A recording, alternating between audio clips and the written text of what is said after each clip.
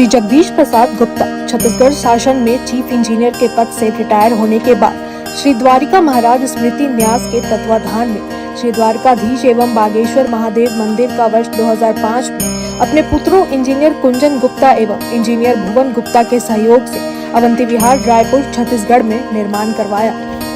श्रीमद् भागवत कथा, राम कथा, गीता तत्व, वेदांत आदि के तात्पर्य को व्यासपीठ से कहने के कारण संतों द्वारा इन्हें आचार्य श्री जगदीश भी कहा जाता है। अपना संपूर्ण जीवन परमात्मा की सेवा में दिया उन्होंने परमात्मा भगवान श्री द्वारिकाधीश के दिव्य गुणों और कर्मों को लेकर अभी तक 15 ग्रंथ लिखे हैं, जिन ग्रंथों को भारतवर्ष के जगत गुरु और महापुरुष संतों के द्वारा आशीर्वाद प्राप्त हुआ है। उनके ग्रंथ श्री राम कथा अमृत से अनमोल का उद्बोधन आप सुन रहे हैं। उनके इस ग्रंथ में 7 विचार हैं। द्वितीय विचार संशय चरित्र का उद्बोधन सुन रहे हैं आप।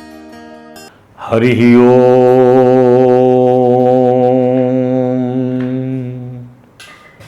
योगाय योगपतये योगेश्वराय गोविंदाय नमो नमः। विश्वाय विश्वपतये विश्वेश्वराय गोविंदाय नमो नमः। सर्वाय सर्वपतये सर्वसंभवाय गोविंदाय नमो नमः। सच्चिदानंद रूपाय विशुत्पत्त्यादिर्हेतवे तापत्रय विनाशाय श्री कृष्णाय वयं नुमः। ओम रामाय रामचंद्राय रामभद्राय वेदसे रघुनाथाय नाथाय सीताया पतये नमः। रामं रामानुजं सीतां भरतं भरतानुजं सुग्रीवं वायुसूनं प्रणमामि मुहुर्मुहुः। गुरुर्ब्रह्मा गुरुर्विष्णु गुरुदेवो महेश्वरा गुरु साक्षात् परं ब्रह्म तस्मै श्री गुरुवे नमः। हरे राम राम राम हरे हरे। हरे कृष्ण कृष्ण कृष्ण हरे हरे। हरे राम बोलिए परात्पर परम त्रिलोकी नाथ भक्त वांछा कल्पतरु भक्त वत्सल कृपण वत्सल शरणागत वत्सल भगवान श्री द्वारकाधीश महाराज की जय। भगवान श्री बांके बिहारी लाल की जय। भगवान श्री रास बिहारी लाल की जय। भगवान श्री राधा दामोदर नाथ की जय। भगवान श्री राधा कृष्ण सरकार की जय। श्री सद्गुरु भगवान की जय। समस्त गुरु भगवान की जय। श्री चैतन्य महाप्रभु जी महाराज की जय। देवर्षि नारद जी महाराज की जय। भगवान श्री व्यास जी महाराज की जय। परम भागवत भगवान श्री सुखदेव जी महाराज की जय। जय श्री राधे, जय जय श्री श्याम। श्री राम कथा अमृत से अनमोल हमारे ग्रंथ के प्रथम विचार संशय चरित्र में हमने भगवती सती के संशय की विवेचना किया कि किस प्रकार से उनका वह शरीर जो है किसी काम का नहीं रह गया, जिस शरीर में उनके अवचेतन ने, उनके कारण शरीर ने, उनके अज्ञान ने परमात्मा को परमात्मा नहीं समझा और सत्संग का भी असर उन पर नहीं हुआ। और तो और त्रिलोकपति भगवान श्री शंकर के उपदेश से भी उनके ज्ञान चक्षु नहीं खुले। इसका अर्थ क्या हुआ? इसका अर्थ ये हुआ कि अब इसको 2 तरीके, किसको दोषी माना जाए, किसको दोषी न माना जाए। तो आप जब इसकी विवेचना, जब हम तत्व से विवेचना करेंगे तो आत्मा में आत्मज्ञानी को इन सब वृत्तियों का भान नहीं रहता, उसको न सुख का, न दुख का, न शरीर की उत्पत्ति का। वो समझ जाता है कि सब बखेड़ा माया का है और इसके कारण ही सब प्रतीत होता है। ये स्वप्न में बुद्धि, स्वप्न क्या है? बुद्धि का विवर्त है। अपने आप कोई उसको कोई आपके बुद्धि में घुस नहीं जाता है कि कोई बुद्धि में आके स्वप्न दिखला रहा है आपको। आप स्वतः ही जो है स्वप्न के जीवन में चले जाते हैं। इसको भी जो है वेद ने बड़ा अच्छा डिफाइन किया हुआ है। वेद कहता है जिसके द्वारा आप स्वप्न अवस्था का, जागृत अवस्था का अनुभव करते हैं, वह महान सर्वव्यापक परमात्मा को जानकर जो धैर्यवान पुरुष है वह शोक नहीं करता। ये है कमाल। अर्थात शोक की वृत्ति को डिस्कार्ड कर दिया है वेदांत ने। आत्मज्ञान में इसका कोई स्थान ही नहीं है। और जब ये वृत्ति बनी हुई है शोक करने की, तो मतलब मोह आपको बना हुआ है। सीधा सा गणितीय है, सीधा सा गणितीय है। आपको दुख हो रहा है, हाँ हो रहा है, तो आपका ज्ञान नहीं गया, आप मूर्ख हैं, अज्ञानी हैं। आप अज्ञान में आपकी वृत्तियां जो है वो रमण कर रही हैं। ध्यान दीजिए। इसलिए भगवान ने कह दिया कि भी शोक मोह जो है, दुख सुख, देह का मरना, देह का जीना, ये सब माया के द्वारा है। एक माया जो है, और माया क्या है? दो प्रकार की है। एक विद्या माया जो मोक्ष का अनुभव कराती है, अर्थात कि परमात्मा के सिवाय कुछ भी तो नहीं है। मैं क्यों अपने अहंकार को लेकर, अपनी उपाधि को लेकर संसार सागर को पार करने का जतन करूं? तो ये जो है, इसका मतलब ये है कि अविद्या माया आपके ऊपर हावी। और जब विद्या माया आ गई, अरे मैं न जन्मने वाला न मरने वाला, सुख, अर्थात परमात्मा और मैं एक हैं। परमात्मा ही जो है मेरे परमात्मा से मैं तद्रूप हो चुका हूं। तो ये ऐसा कहने वाला तब कह सकेगा जब वह विद्या माया से अनुग्रहित महसूस करता है। और दोनों ही जो है, ये जो है विद्या माया, अविद्या माया, ये माया से भी निर्मित है। ध्यान दीजिए, वास्तव में इनका कोई अस्तित्व नहीं है। अर्थात आत्मा सर्वथा मुक्त है, आत्मा सर्वथा शुद्ध है, आत्मा सर्वथा तत्वबुद्ध है। ध्यान दीजिए। अब कथानक के रूप में आपको समझाया जा रहा है कि परात्पर पर ब्रह्म की तरफ चलो और अपनी तमाम सत्ताओं को उसके साथ में निरुद्ध कर दो। जैसे सती का हश्र हुआ है, उसको देखिए, समझिए आप कि 87,000 वर्ष तक भगवान शंकर ने उनको, उस दाम्पत्य को जो है वह तिरस्कृत कर दिया। सती जी आत्मग्लानि में, तो मनुष्य जो है यदि परमात्मा के साथ एक नहीं होना चाहेगा, उसकी सत्ता के साथ में अपने आप को फिट नहीं बैठा सकेगा, तो उसको इसी प्रकार की ग्लानि में जन्म दर जन्म गुजरना पड़ जाएगा। अब उससे समझ में नहीं आया तो अब आपको दूसरा उदाहरण देते हैं, जो और बड़े भारी संत देवर्षि नारद, ये ब्रह्मा, भगवान ब्रह्मा के नादज संतान है। नादज शिष्य परंपरा में होते हैं ये लोग। जैसे बिंदु संतान प्रजा होती है वह स्त्री और पुरुष के संयोग से होते हैं, वैसे जो नादज संतान है वह गुरु शिष्य परंपरा में होते हैं। सनत कुमार, नारद जी आदि। तो उनका स्वभाव क्या है नारद जी का? अब ये संशय से नारद जी को क्या प्राप्त होगा, क्या नारद जी को क्या मिलता संशय? तो यहाँ संशय चरित्र में क्या मिला? संताप मिला। सती चरित्र जब वो दूसरा शरीर धारण करी, पार्वती बनाई, तो जगत वंद्या हो गई, पूजी जाने लगी। भगवान शंकर के परिवार में वही विराजमान हुई। वही द्वितीय पत्नी, पर्वत की पुत्री, वही विराजमान। आदितन्या देवी, आदितनिया। अब नारद जी का यही स्वभाव, सतत नारायण का जाप कर। दूसरा उदाहरण ले रहे हैं नारद जी का। संशय किस प्रकार से इनके जीवन में प्रभावित करता है। इस जीवन को एक बहुत बड़ा एक संत है जो रात दिन नारायण नारायण बोलता है। तो सतत नारायण का जाप करने का से उनका अंतःकरण इतना निर्मल हो चुका है, इतना निर्मल हो चुका है, भ्रमण करते करते चारों ओर वासुदेव की सुंदरता को निहारते हुए उनकी समाधि लग जाती है। ध्यान दीजिए। और हम देखते हैं कि ऐसी समाधि किसी की लग जाती है। कोई बड़ी कठोर तपस्या करता है तो देवराज इंद्र उस साधक की समाधि या तपस्या भंग करने का प्रयास करते हैं।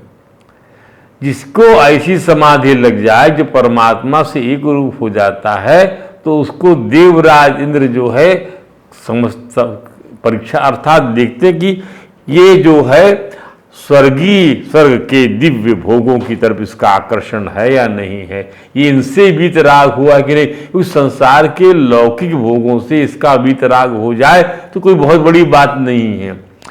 ब्रह्मलोक तक से जितने भोग हैं उससे इसका जो है मन विरागी होके परमात्मा की तरफ लगा है या नहीं लगा है, ध्यान दीजिए। तो इन देवराज इंद्र भी जो है तपस्या भंग करने का प्रयास करते हैं।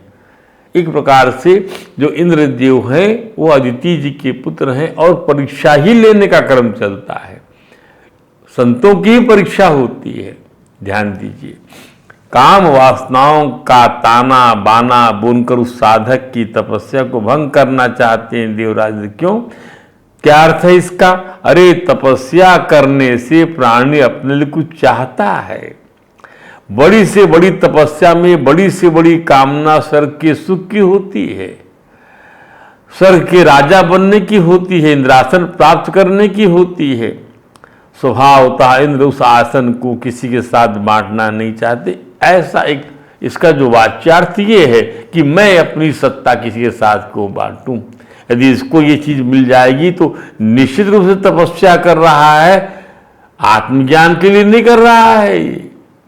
ध्यान दीजिए, आत्मज्ञान तो आपको अज्ञान की निवृत्ति के बाद में स्वतः हो जाता है।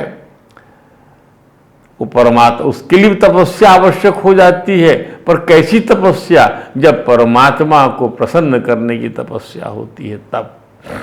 ध्यान दीजिए, पर यहां तो तपस्या दूसरे प्रकार की होती है तब।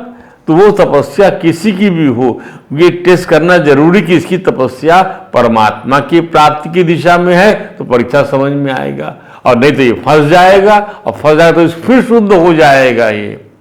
क्योंकि ये चीजें नीचे नहीं आता, उसी स्तर से फिर आगे बढ़ाते हैं भगवान उसको।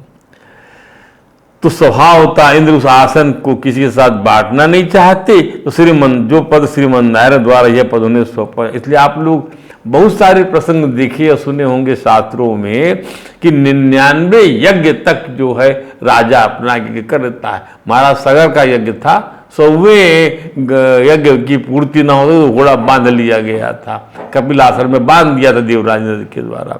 उसी प्रकार से यहाँ देखिए, महाराज बलि के 100 यज्ञ पूरे नहीं हो पाए। यहाँ देखिए, महाराज पृथ्वी के 100 यज्ञ पूरे नहीं हो पाए। अर्थात इंद्रासन की नियुक्ति करने वाले भगवान हैं, और यज्ञ से भी आप यदि उसको प्राप्त करना चाहेंगे तो जब तक उसके लिए अनुमोदन नहीं होगा ठाकुर जी का, आप चाहे कितने यज्ञ कर लीजिए, आपका 100वां यज्ञ का भी विधान बना के रखना है भगवान को, तो उसको बाधित कर दिया जाता है।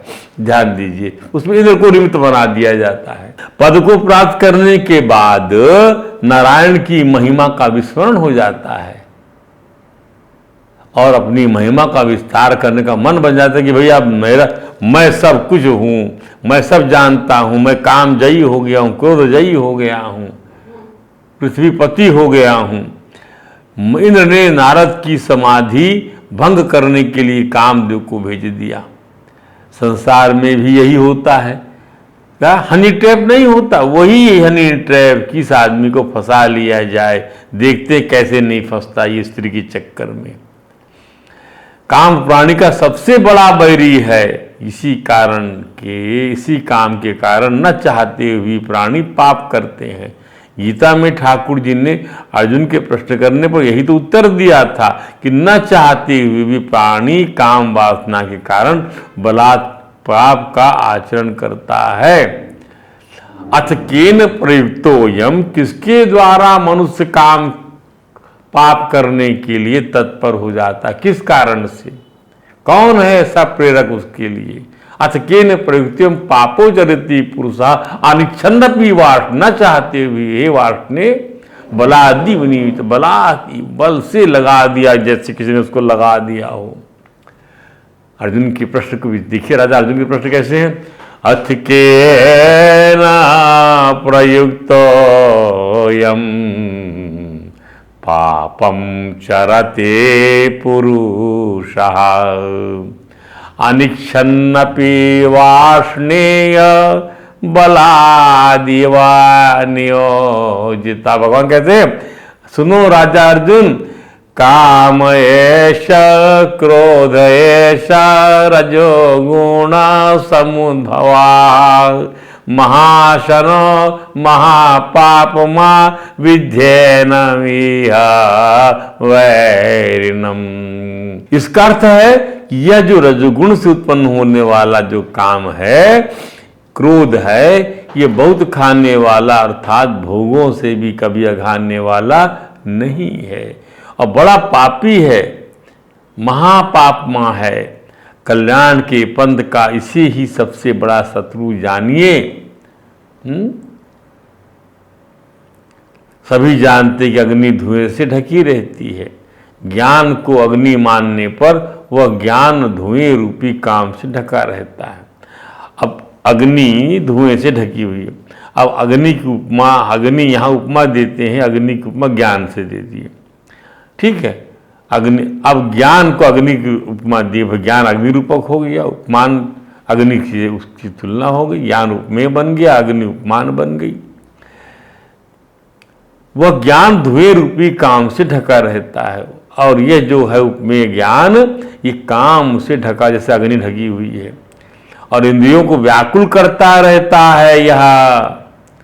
ये ज्ञान ढक जाए काम से तो इंद्रियों को व्याकुल करता है।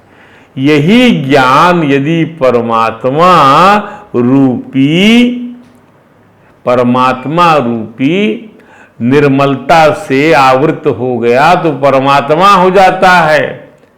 और यही ज्ञान, समझिए इस चीज को, 1-2 सेकंड का, 2 मिनट का कुसंग सब बर्बाद कर देता है। इसलिए संतों के संग में रहेंगे आप तो आप बहुत लाभान्वित रहेंगे। संतों का साथ जो है वह जो है मनुष्य जन्म से दुर्लभ माना गया है। तत्रापि दुर्लभम मन्ये वैकुंठ प्रिय दर्शनम, वैकुंठ प्रिय दूरदर्शनम। वैकुंठ प्रिय माने भगवान के प्रिय लोगों का दर्शन हो जाए, ये उस मनुष्य जन्म से भी दुर्लभ है। ध्यान दीजिए, दुर्लभ, भागवत कहती है, दुर्लभो मानुषो देहो देहीनाम क्षणभंगुरा। दुर्लभ है मनुष्य का ये शरीर, कब वो मिलेगा क्या पता, कैसे मिलेगा क्या पता, पर जब मिल गया तो विशेषता क्या है इसकी, ये कब खत्म हो जाए ये बुलबुला कह नहीं सकते। मानुष के रबुलस मानुष की जात, देखत छुप जाएगा जो तारा प्रभात, ऐसा ये तो, पर इससे भी दुर्लभ। तत्रापि दुर्लभम मन्ये वैकुंठ प्रिय दर्शनम।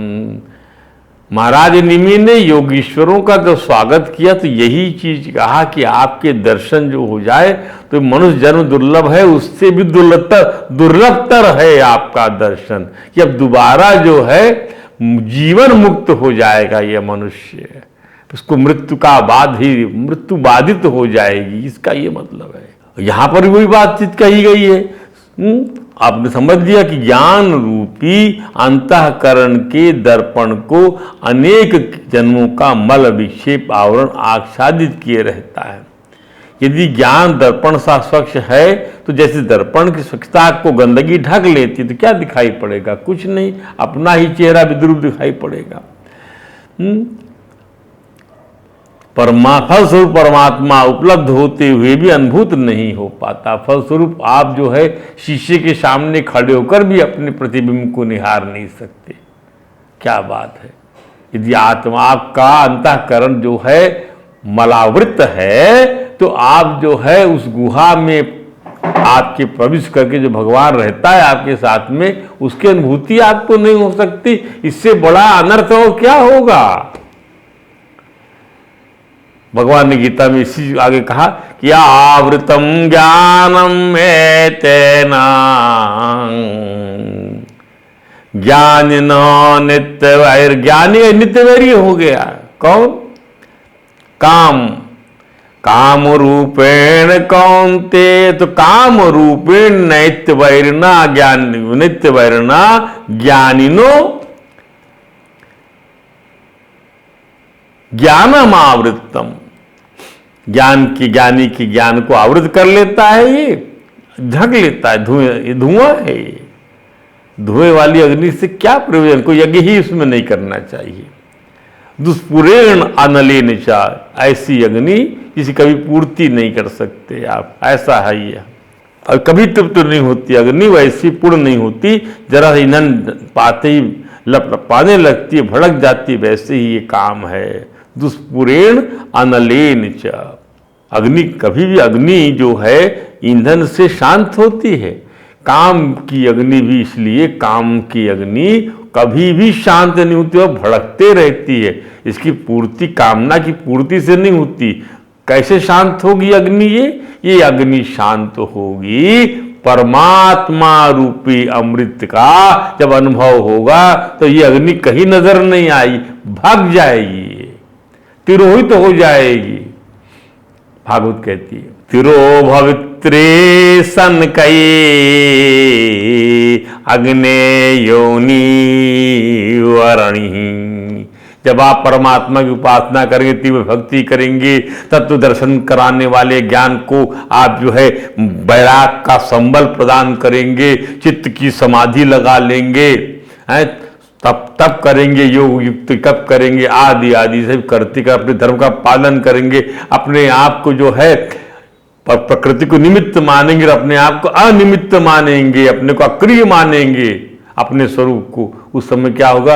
ये आपकी जो है प्रकृति रूपी अग्नि, अज्ञान रूपी अग्नि, माया रूपी अग्नि, ये अपने आप तिरोभवित्री सनकई, भागवत कहती है तिरोभवित्री, शांत हो जाएगी, गायब हो जाएगी। फिर ना ईश्वरस्य शुभम दत्ते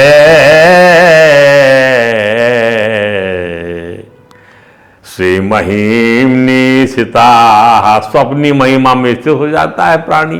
अर्थात उसकी महिमा क्या है? परमात्मा की महिमा उसकी महिमा है, किसी की महिमा अलग से नहीं है। ध्यान दीजिए, परमात्मा की महिमा से सबकी महिमा है। तेरी क्या महिमा, तेरी क्या महिमा, उसकी महिमा से सबकी महिमा है। धातु प्रसादात महिमानम आत्मना।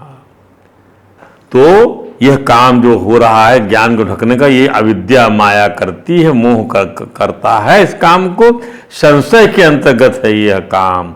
और भगवान की विद्या माया के ज्ञान को नहीं होने देता, भगवान की विद्या माया के ज्ञान को नहीं होने देता। नारद जी के मोह का प्रसंग इस विवेचना के बाद समझने में आसान हो जाएगा। ये हमने पृष्ठभूमि बताई, अब कथा के रूप में सामने आता है नारद जी का यह प्रसंग कि महाराज नारद जी महाराज को की तपस्या को इंद्रदेव द्वारा भंग करने के लिए भेजे गए कामदेव को जब मुनि ने पराभूत कर दिया, इंद्र ने भेजा कि नारद तपस्या भंग कर दो, कहीं ऐसा ना हो कि हमको ये तपस्या पूर्ति कर ले और हमको इनको आधा पद देना पड़ जाए। तो और क्या चाहेंगे ये? कौन चाहेगा परमात्मा का ज्ञान? इनको तो चाहिए सब भोगने की वस्तु ही चाहिए हर किसी को। अधिकांशतः सब लोग भोगने की वस्तु ही चाहते हैं, अधिकांशतः। लेकिन वाह रे प्रहलाद धन्य है, उसने कह दिया कि मुझे ये चीज नहीं चाहिए, मुझे भोगने की वस्तु नहीं चाहिए। क्या करूंगा इसको लेकर? जिस शरीर से भोगूंगा वो हजारों हजारों रोगों का घर है। मैं आपसे ये सब नहीं मांगता प्रभु।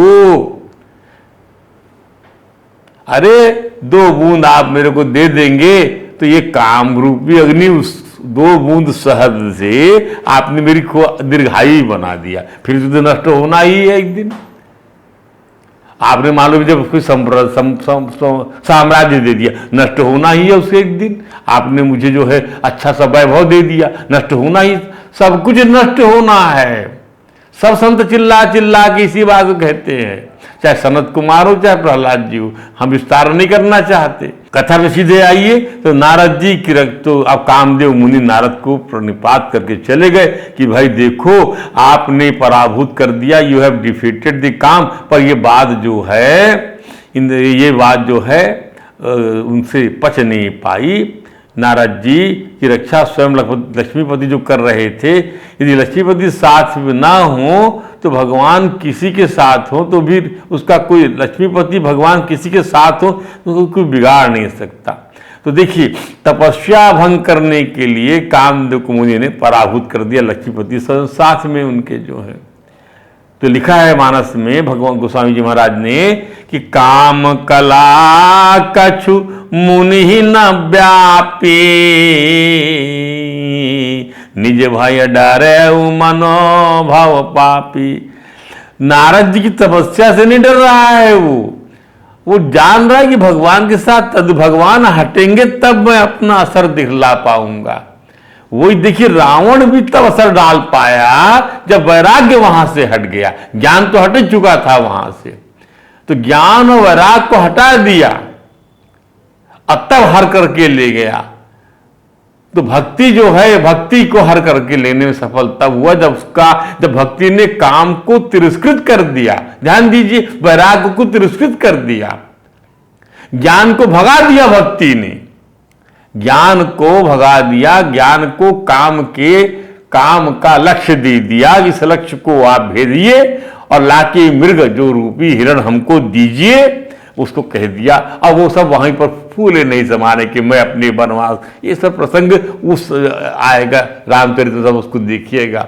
हम तो यहाँ हर जगह वही चीज मिलेगी आपको। अरे शब्द बदल जाए तो लक्ष्य थोड़ी बदल जाएगा। राम कथा में राम जी का हर पन्ना, हर अक्षर राम है, हर शब्द राम है, हर अक्षर राम है, हर जगह वही इंगित होता है। अब माया निज भय डरे मनोभव, मनोभव जो है कौन, ये मनोज पापी। सीप की चाप सकई को तासू, अरे कोई कांटा गढ़ सकता है किसी को, बड़ रखवा रमापति जासू। काम क्या चीज है, क्रोध क्या चीज है, लोभ क्या चीज है, ये सब वृत्तियां जो हैं तभी तक व्याप्ति हैं जब तक कि आपको अविद्या माया घेरे रहती है, ज्ञान आवृत्त हुआ रहता है आपका तब तक। परंतु कामदेव को परास्त करने के पश्चात, अब कामदेव को परास्त भी नारद जी ने नहीं किया, कामदेव परास्त हुआ, भगवान को वहां भगवान मौजूद हैं, उनके साथ तद्रूप है नारद जी महाराज। देखिएगा, समझिएगा इस बात, आप समझिए, आप काम से नहीं निपट सकते, काम से आप नहीं निपट सकते। काम से निपटने की शक्ति आपको कौन देता है? काम प्रभु के चरणों में ही काम अर्पित समर्पित हो जाता है। तो भगवान ने कह दिया केवल और केवल संतान उत्पत्ति करने वाला धर्म सम्मत काम में हूं, और सारे काम अधर्म सम्मत है, वहां पर मैं नहीं हूं। वो केवल चिदाभास है, होगा विलीन हो जाएगा, ग्लानि से घर कर, ग्लानि घर कर जाएगी उस काम के भोग में। और जब धर्म सम्मत काम का भोग करोगे अपनी पत्नी के साथ तो आनंद से प्रफुल्लित हो जाओगे। ध्यान दीजिए, अब नारद जी के मन में काम, अब ये मैसेज आ रहा है, राम कथा जीव के उद्धार के लिए मैसेज देगी। अभी कथा मैसेज दे रही है आपको ही विवेचन करना है और रस लेना है इसका। जैसे खाने के बाद जुगाली करते हैं, हर आदमी आप जुगाली करते हैं, तो नारद जी के मन में काम के प्रति जरा भी क्रोध नहीं आया था जब परास्त किया तब। वही नारद जी इंद्र की सभा में कामदेव को पराजित करने वाली अपनी महिमा का बखान करने पहुंच गए।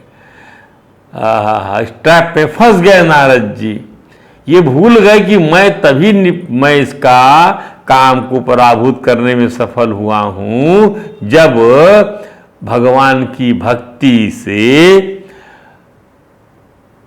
अभिभूत होकर ज्ञान और वैराग्य इत्यादि सब लोगों ने मेरी सहायता किया, तब मैं कर सका, अर्थात परमात्मा ही मेरी रक्षा कर सका। अब मैं ये समझता, अब वहाँ अहंता आ गई, अरे मैं मेरे शरीर का कोई जो है कोई हुआ ही नहीं, शंकर जी की बराबरी करने वाला बन गया जिन्होंने काम को हराया था। अब बोले तुम क्या काम को परास्त किए थे? बोले बाबा हम भी काम को परास्त कर सकते, आखिर तुम्हारा हमारा लेवल एक है, तुम भी ज्ञानी हम भी ज्ञानी। जबकि भगवान शंकर हमेशा उनके चरित्र में हमने देखा है ऐसे किए खड़े रहते ठाकुर जी के सामने ऐसे, और जो चाहे वो, उनका एक चरित्र देखा मैंने, जो चाहे ले लो मुझसे, क्योंकि मैंने दुनिया बनाई नहीं है। दुनिया जिसने बनाई, जिसने मैं को संहार करने का काम देते हैं, मेरा रूप भगवान बना लेते हैं संहार करने के लिए, तमस गुण को स्वीकार करके, तब ये काम होता है, तब मेरा, अन्यथा मेरे को जो आदेश मिलता है वो मैं करता हूँ। ये उनके हर तरह से लक्षण में निकलता है। भगवान के मंदिर में, जो वैष्णव मंदिर में ठाकुर जी भगवान भोले बाबा जहाँ विराजमान है, उससे यही मैसेज जाता है। और रामा अवतार में, कृष्ण अवतार में जिस प्रकार दर्शन करने आते हैं, उससे यही मैसेज जाता है कि वो अपना नहीं, भगवान का, भगवान की महिमा का, उनकी कथा का रसपान करने के सबसे बड़े प्रेमी हैं। तो उन्होंने एक ही चीज कहा कि भैया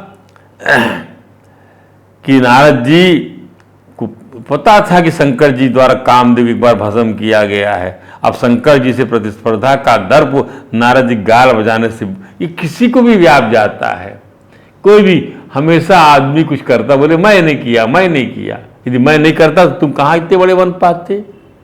यही घर में बाप को भी ये नहीं कहना चाहिए पुत्र से, किसी को, पुत्र पति को भी पत्नी से ये नहीं कहना चाहिए यदि मैं ऐसा नहीं कर, तू ऐसा नहीं कर पाती ना, मैं ऐसा नहीं करता तो तू ऐसा, यदि मैं नहीं हाथ लगाता तुम नहीं बन पाते मेरे जीव। ये बात व्यवहार के वृत्त में ये बात कही जा सकती है तो कही जाए, पर तत्व की दृष्टि से ये बात ना कही जाए। वाच्यार्थ में भले ही आ जाए, शाब्दार्थ में भले, पर लक्ष्यार्थ में हरि होना चाहिए। इसका तेरा कर्म है कि तूने ये पाया, तेरा कर्म, मैं तुझे क्या दूंगा, तेरा कर्म है जो तेरा ब्याह मुझसे हुआ, ये मेरा कर्म है जी मेरा ब्याह तुझसे हुआ। आज जो है दाम्पत्य इतना फल रहा है, फूल रहा है, घमंड क्यों किया जाए कि मैं तुझे पाल रहा हूं, अरे तू मुझे पालो पोस रही है। या उलट दो, वापस कर दो, भगवान के से सीखो, मान वापस कर दो, मान वापस कर दो। कोई मान देने तैयार तो हो, पर सब अपमान करें उतारूं, सब अपमान करें, कोई मान देना ही नहीं चाहता। अरे छोटा व्यक्ति बड़े आदमी को मान ही तो देगा, छोटा व्यक्ति बड़े से मान चाहता है। पहले आप उसका अपमान कर दिए, अब उससे मान चाहते, उसको पहले मान दो बड़े व्यक्ति को। आपसे उम्र में बड़ा, पद में बड़ा, तो उसको मान दो, भैया आप सबसे अच्छे हो।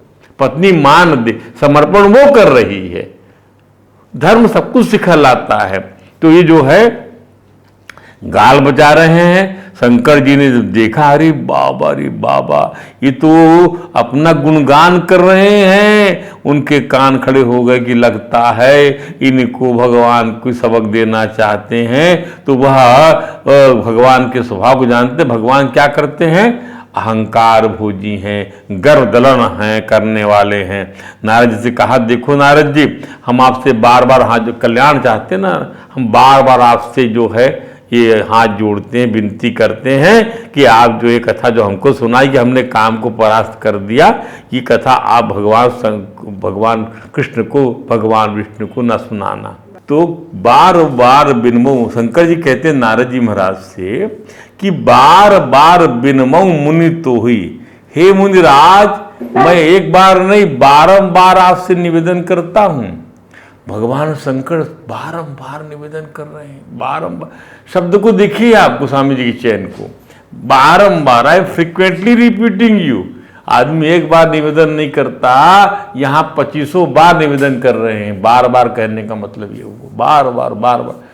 वहां मत कहना जाकर ये बात, गाल बजाना मत, वहां तुम बजाओगे तो हम नहीं जान, हमको उनकी माया हम भी नहीं जानते, क्या होगा क्या नहीं होगा हमें कुछ नहीं पता।